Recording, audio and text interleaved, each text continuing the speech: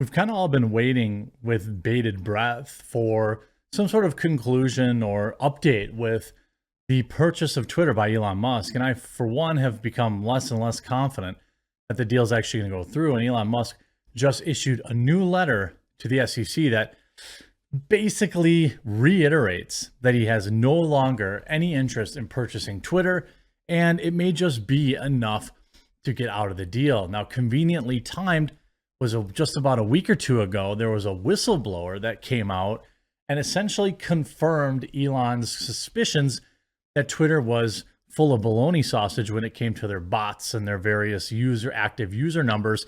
And that bolstered the primary reason Elon wanted out of the deal.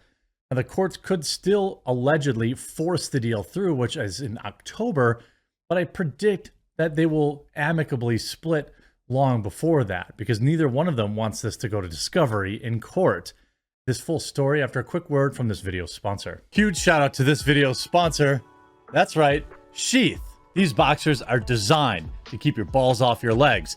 Sheath has 3 individual compartments to keep everything down there separate and cool and comfortable. And hey, since they've been a long-time sponsor, I've heard from many of you who have tried out Sheath and really love it. They were invented by a U.S. Army soldier who came up with the idea for Sheath during his second tour in Iraq, where it was hot as heck and his boys needed to breathe. And on top of all sorts of awesome designs for Sheath, they've added all sorts of winter items, hoodies, gator necks, and all sorts of base layers. Head on over to the link in the description and pin comment down below. Use my promo code to save and support the channel and keep everything nice, cool, and dry. Now, Elon Musk again tries to terminate $44 billion merger agreement with Twitter after bombshell accusations by their former security chief, Peter Midge, according to new SEC documents. Elon Musk has formally written to Twitter to end their $44 billion merger agreement. Documents from the SEC have now revealed, citing, quote, certain facts he claims he was not aware of when they first stated his intentions to pull out on July 8th. We all know Elon doesn't really pull out. Musk's legal team filed a Schedule 13D document yesterday, confirming to the government agency that the serial entrepreneur referred to in the documents as, quote, the reporting person, has notified Twitter of his formal decision to terminate the merger. On August 29th, 2022, yesterday, the reporting person advisors sent a letter to Twitter, formally notifying Twitter that the reporting person is terminating their merger agreement. The merger agreement document read. An accompanying letter addressed to the chief legal officer of Twitter from Musk's team told social media giant that, quote, certain facts undisclosed to the Musk parties on July 8th have come to light that provide additional and distinct basis to terminate the merger agreement. I don't think that it's very likely, that this goes through. I don't think that. I don't see a scenario where the court forces Elon to spend $44 billion against his will. I just don't see that. I initially thought, hey, maybe they would just, figure it out. Like, I thought for a while that this, new information comes out, opinions change, that maybe Elon was just trying to negotiate a better deal, which isn't that ridiculous, right? But now that time has passed, more time has passed, and Elon continues to, seem to reiterate that he wants out of the deal. I'm starting to think that the deal is dead, that it's done and dusted. Now, Twitter itself as a stock really seems fine at $40. It seems holding. So I wonder if investors still see this as like, a tactic to get it done at a better deal, maybe a deal closer to $40 a share, which is possible. You could see this article, though, that Twitter stock falls after Elon Musk sends another merger termination letter for different reasons than the first one. Shares of Twitter minus 2%, fell 1.4% toward a 5-week low in pre-market trading Tuesday after Tesla chief executive Elon Musk sent a letter formally notifying Twitter that he was terminating the merger deal for different reasons than those even given on July 8th. Tesla's geez, where's my head today? Stock jumped 2.3% in pre-market trading, in a letter delivered to Twitter on August 29th. Now, I think, the reason that the Tesla stock keeps going up with the less likelihood of the Twitter deal going through is that Tesla is heavily leveraged to purchase Twitter, and people didn't like that. That's why the Tesla stock really started to tank. The reason it started to come back, among other things, is that it seems like he is trying to get out of the deal. Now, Musk mentions claims known to Twitter before July 8th, but disclosed to him. It came to light after the Washington Post published a whistleblower report claiming, quote, far-reaching misconduct at Twitter. Musk said the report is likely to have severe consequences for Twitter's business.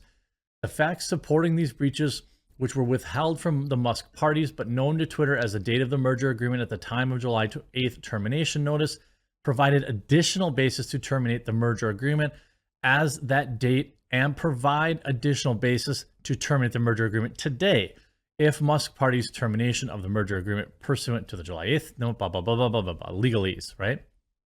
Meanwhile, Tesla stock has rocketed up 12.5% in the past 3 months. It's interesting to see how this is all going to play out, but I think it's over. I really do. Even if he pays some amount of this, or they fight in court forever over this $1 billion breakup fee, I am now 90% confident that it's just done. It's over. And Twitter is just dead. It was fun while it lasted. Remember, like right when he said he was going to buy it, all the conservative and centrist like interactions, normal people interactions went skyrocketing. That only lasted like a week or two. And now that Musk seems to have bailed out, it doesn't look good. Truth Social also, kind of floundering. Never should have called it Truth Social ever. Should have called it Trumpet like Elon said. But, the alternatives are weak. Getter, I don't know what kind of real users are even there. Gab is solid, but because of the way you have to actually get the platform, it makes it more difficult to use because it's not on the app stores. But I do like Gab, even if their owner is like an evangelical.